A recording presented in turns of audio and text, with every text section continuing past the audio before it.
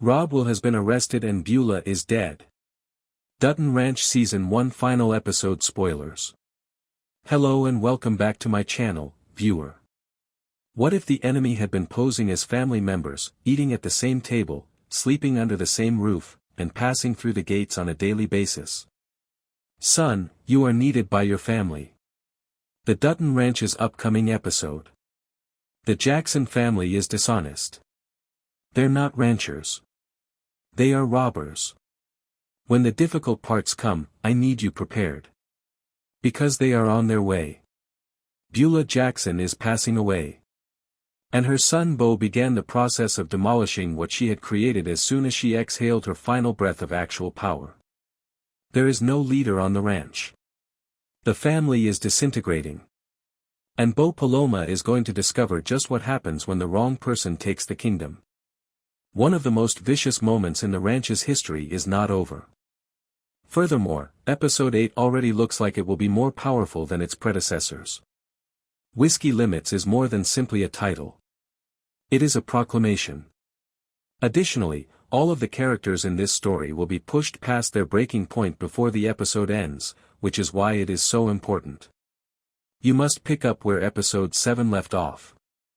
Because Den of Sin was more than just dramatic television. It was a pivotal moment that altered the course of the entire season. The matriarch of 10 Gallon Ranch, Beulah Jackson, who established one of South Texas's most influential ranching dynasties, passed away. Not because of age. Not from fatigue. She was cornered, coerced, and made to make a decision that broke something inside of her, which is why she fell. Beulah was coerced into designating Beau as the heir to 10 Gallon Ranch when she was at her most vulnerable, with no real way out. Her body went out as soon as she finished speaking. It's not a coincidence. That is the narrative that demonstrates just how terrible that moment was. Because Beulah had faith in Rob Will, she did not select him. Someone made sure she had no choice but to pick him. She ignored the son she genuinely trusted, the one who gained his position with devotion and diligence. And the person who succeeded him did it by coercion, manipulation, and force rather than by merit or love for the land. As the 8th episode begins, Beulah is being taken to the hospital in an attempt to save her life, and the ranch she built over the years is left unmanaged. For the time being at least, the woman who managed 10 Petal Ranch is no longer there, and the empire she left behind is unstable. The fact that Rob Will is now in charge is a ticking time bomb, and it completely alters the course of this ranch war. Because being granted power and being prepared to hold it are two very different things. The title belongs to Rob Will. On paper, he is in charge, but power is meaningless if those around you don't respect it. Furthermore, Rob Will has never been a man who is respected. He insists on it. He anticipates it. He accepts it. And while that strategy can be effective in the short term, ranches don't operate just on fear. They rely on loyalty, trust, and the kind of profound respect that takes years to develop between an owner and the employees who sustain the business. Rob Will lacks that. That was something he never had. And now, with staff who knew exactly who Beulah wanted in charge, and it wasn't him, he is sitting at the head of a ranch that is already in the midst of a fight and under tremendous pressure. This causes a rift within 10 Petal Ranch that extends beyond a drama involving leadership. Because the Duttons are watching, it presents a truly deadly weakness at the worst conceivable moment. Rip and Beth did not relocate to South Texas with the intention of losing. They came here to create something long-lasting, and you can be positive that Beth Dutton is already figuring out how to take advantage of any fissure that may be appearing in the Jackson family's foundation. However, as Walkin Jackson will not remain silent indefinitely, we must first discuss the sibling who stands in Rob Will's shadow before moving on to Beth and Rip. Beulah genuinely believed in Walkin as a son. In contrast to Rob Will, he is steadfast, devoted, and has a strong connection to the land and the history of 10 Petal Ranch. Because Walkin doesn't act in that manner, he didn't struggle for the inheritance the way Rob Will did. He is not the type of man who puts others in difficult situations. What he has, he earns. Beulah trusted him for precisely this reason. However, Walkin is now faced with a decision that has no clear solution as he watches his brother seize control of everything that was meant to preserve their family's legacy. He can remain mute, follow the rules, and watch while Rob will makes careless choices and treats 10 Petal Ranch disrespectfully. Alternatively, he could rebel against his brother's power. They run the risk of entirely shattering the Jackson family at a time when division could result in fatalities. Neither route is secure. Neither route is tidy. But Rob will is already moving, so Walkin can't stay in the center for much longer. Additionally, Rob Will's first action as the leader will provide us all the information we need to understand how perilous the upcoming 2 episodes will be. Since the attack on the ranch was not random, Real Paloma is facing a threat that is equally severe but far less obvious than the Jackson family's internal breakdown. It wasn't a bunch of outsiders who decided to cause problems after stumbling onto the property. Rip Wheeler is now meticulously dissecting information that suggests something much more disturbing than an external foe. It indicates a person who was familiar with the ranch. Someone who was familiar with the timetables, procedures, and the times when the gates were most vulnerable and security was lax. Someone who was sufficient to possess such knowledge in the first place. And that person is currently still inside Rio Paloma. When the people he loves are in danger, Rip Wheeler has always been the type of man who acts without thinking. He's had success with that instinct in the past. However, the events in episode 8 are not the same. Rip is no longer responding.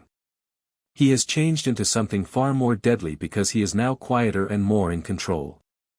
He is examining every aspect of the assault with the kind of detached, methodical concentration that only occurs when a guy has concluded that rage is insufficient. He wants to know true responses. And he will not give up until he locates them. Rip is currently creating a profile in his head. He's trying to figure out who on the inside had access to the data that enabled this attack. Who was adept at directing the layout? Who had a hidden motive for wanting Rio Paloma to fail? And each response he receives reduces that list to a person who is closer than anyone is willing to acknowledge. Rip in this episode is so horrifying because of this. It is not a strength of his. He doesn't have a violent past. It's his endurance. An enraged Rip Wheeler poses a threat. However, a quiet, concentrated, hunting Rip Wheeler is quite different. Because there won't be a warning when he locates the culprit. There won't be any altercation in front of witnesses. There will simply be repercussions. The type that is irreversible. Meanwhile, Beth Dutton is tackling the same issue from an entirely different angle. Additionally, Beth's method is about intelligence, whereas Rip's is about instinct refined into accuracy. When violence occurs, Beth has always recognized something that most people overlook. The actual tale is never the attack itself. The assault is merely the surface. There's always money beneath it. Someone's decision that damage was worth the danger is always explained by a bargain, a contract, a plot of land, or a financial incentive. Beth has been learning how to follow that kind of path her whole life. She can read a land contract in the same manner that most people can read a map. She is skilled at identifying the pressure points, side agreements, hidden clauses, and silent handshakes that influence every significant decision but are never recorded on paper. She is currently using all of that for Rio Paloma. Who threw the initial punch is not the question Beth is posing. She wants to know who stands to gain if the Duttons fail in Texas and who makes money if Rio Paloma is taken over, dismantled, or forced into a sale. When Beth and Rip are driven out, who has been stealthily preparing to move? Because this was initiated well in advance of the first gunshot. After observing Rio Paloma and the Duttons' attempts to start over in South Texas, someone determined that they should be expelled. Anger is not the motivation for such a choice. It is the result of strategy. And Beth Dutton is the only character in this tale who is able to think at that level and prevail. The fact that Beth and Rip are not collaborating in the conventional way is what makes this relationship so potent. They're not exchanging notes and planning their next course of action while seated across a table. Each of them is pulling a totally different thread. Rip is trying to figure out who carried out the assault. Beth is trying to find out who placed the order. Additionally, those two threads connect at the same individual somewhere in the center. The person at the core of this plan will have nowhere to flee when the time comes, and Rip's research and Beth's financial probing lead them to the same name. Because they won't only have to deal with Rip Wheeler's justice. They will have to contend with Beth Dutton's accuracy. And when combined, they have consistently destroyed everything in their path. The most emotionally intense section of episode 8 is taking place considerably closer to home, even if Beth and Rip are getting closer to the truth from the outside. The youngster whom Beth and Rip adopted and brought up as their own, Carter Green, is crumbling. And his collapse came at the worst possible time. More grief than most adults could bear has already been carried by Carter. The wound created by losing Dwight earlier this season never really healed. For Carter, Dwight was more than simply a friend. He was someone who could relate to him, someone who helped him feel a little less alone in the harsh world of ranch life. Carter lost something as a result of that loss, and it hasn't returned. And rather than getting better, Carter encountered something that caused him just as much pain in an entirely new way. To him, his bond with Jackson and Oriana felt genuine. In the midst of all the turmoil and violence in his life, it felt real. However, Oriana was never really his. Her loyalty was always subtly attached to her father, based on everything the narrative has been building toward. Rip well indicates that Carter was being viewed negatively by the opposing side of this conflict every time he trusted her with a genuine aspect of himself. His weakness was not disguised. It was seen. Carter is not simply devastated now that everything has collapsed. At a time when he needs to be more alert and present than ever, he is embarrassed, alone, and drinking through the agony. According to Whiskey Limit's official description, Carter finds himself at a crossroads. Additionally, the word crossroads plays a significant role in this narrative, since Carter's decision in this episode will have an impact on more than just himself. It will convey a message about the kind of man he is developing into. It wasn't by chance that Rip Wheeler became who he is. Through a series of difficult decisions made in the dark, when no one was there, he became that guy. And now Carter finds himself in precisely the same situation. The question is if he manages to get through it without losing everything. You must take a step back from Rio Paloma's immediate upheaval and consider the far greater story that lies behind it in order to completely comprehend the gravity of what is unfolding in episode 8. Because Dutton Ranch is more than simply a South Texas ranch war. It is the continuation of more than 140 years of family history. Additionally, every conflict that Beth and Rip are currently engaged in bears the burden of all previous generations. James and Margaret Dutton initiated it in the 1880s. Because they thought there was a place worth fighting for somewhere on the other side of all that pain, two people packed everything they owned onto a wagon and traveled across America's harshest terrain. The regional Yellowstone Ranch in Montana was constructed out of nothing, and the cost was catastrophic. Along the way, they buried loved ones, including their daughter Elsa, a loss so profound that it was never entirely removed from the family narrative. However, they continued because a Dutton would never consider stopping. No matter how hard the land or its inhabitants attempted to break them, it was never in their nature to give up. Then the next era began. What James and Margaret had created was improved upon by Jacob and Cara Dutton to create something that would last for generations. When ranches all around them were closing, they managed to endure the Great Depression. They fared well against land-hungry adversaries who attacked them with cash, firearms, and attorneys. They overcame internal divisions that would have ruined a less devoted family. Cara and Jacob did more than just keep the property safe. They made a legacy out of it. Something having roots so deep that it couldn't be totally uprooted by a single calamity. And that legacy, which carried the agony and the might of every battle before it, was passed down generation after generation. John Dutton III, the most well-known member of this family, emerged in the contemporary age. For his whole adult life, John battled to preserve Yellowstone. He faced off against politicians, developers, and members of his own inner circle who were prepared to compromise all that the Dutton name represented in return for wealth or influence. In the end, John lost despite all of his sacrifices, concessions, and difficult choices made in an effort to keep things together. The ranch that John Dutton spent his entire life defending, that Jacob Dutton fought against overwhelming odds, and that James Dutton created with his bare hands was no longer there. The family, who had resisted being destroyed by adversaries for more than a century, was ultimately forced to leave the only house they had ever known when a wildfire destroyed the land. Every day that Beth and Rip wake up at Rio Palomar in South Texas, they are carrying that past with them. They bear the burden of all that was lost in Montana. They didn't travel to Texas in search of adventure. They had nowhere else to go, so they arrived. Because neither Beth nor Rip are able to accept the conclusion of the Dutton narrative, which was the alternative to creating something new. They relocated to South Texas's arid and hazardous land and began anew. And now someone is attempting to steal this from them as well. Because of this background, the threat in episode 8 feels very different from a simple ranch rivalry. This is not a dispute between two families about water rights and fence lines. This is an effort to put an end to the Montana fire. To ultimately shatter a family that has persevered through more than a century.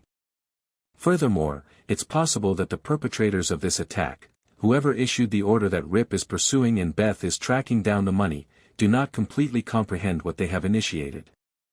Due to the Duttons' prior visitation.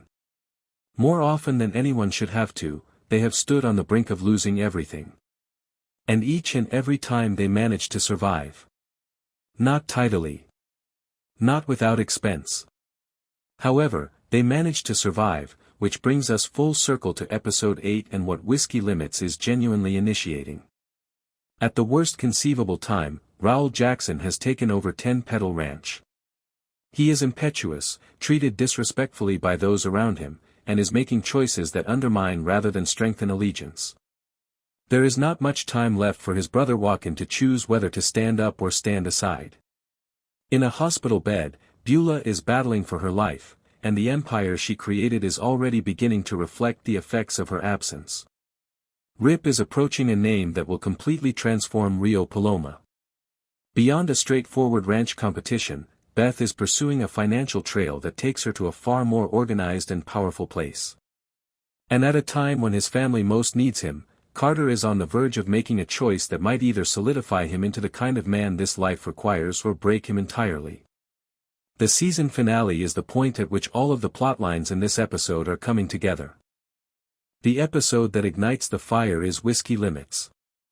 It's the episode where everything comes together, the final illusions are dispelled, and each character is compelled to reveal their true selves when they have nothing left to conceal. The ranch conflict that has been developing throughout the season is no longer imminent. The Duttons will either demonstrate once more that this family cannot be destroyed or the drama will conclude in a way that no one is prepared for when it eventually busts open in the finale. 140 years of surviving, 140 years of grieving, rebuilding, and not giving up. And everything hinges on what transpires in the arid heat of South Texas. The Duttons' ability to deal with what lies ahead is not at issue. The question is whether the upcoming events will be sufficient to put an end to them permanently. And no one in this scenario is aware of how quickly that response is arriving. And now his own mother, who has undergone every imaginable calamity, is staring him in the eyes and warning him that what lies ahead will be worse than everything he has ever experienced. That warning indicates that Carter will experience something in this episode that will shape the rest of his life. According to that warning, Carter is at a fork in the road, with one option leading to salvation and another to ruin. The way the trailer ties all of these threads together implies that Rio Palomino's search for the traitor and the internal conflict inside the Jackson family are not two different stories, they are two components of a single conspiracy. They are two facets of the same assault. They are evidence that someone has set themselves up properly to turn their own family members against them in order to destroy both families at the same time. What happens when all three of these investigations intersect in the same episode? If Walkin is approaching his brother brandishing a gun, Rip is finding a traitor inside his own group, and Beth is getting closer to the financial motivation behind the attacks. This clip builds to a point when three entirely distinct investigations come together to reveal a deeper plot than anyone in Rio Palomino or the Jackson family could have ever dreamed. Joaquin feels that his resentment is personal, thus he is approaching his brother with a gun. He thinks his treachery has to do with inheritance and family politics. Because he was passed over for leadership, he feels that his anger is justifiable. But what if someone is manipulating his rage? What if someone is aware of Joaquin's anger and is purposefully driving him in the direction of his brother at the precise moment when alcohol and desperation have clouded his judgment? The timing is too ideal to be a coincidence, even though the trailer does not openly depict this manipulation. Just when Beulah is unconscious and powerless to stop him, Joaquin shows up brandishing a gun. Rob Will is positioned as the family hero at that precise moment. The Jackson family is at its most vulnerable and fractured right now.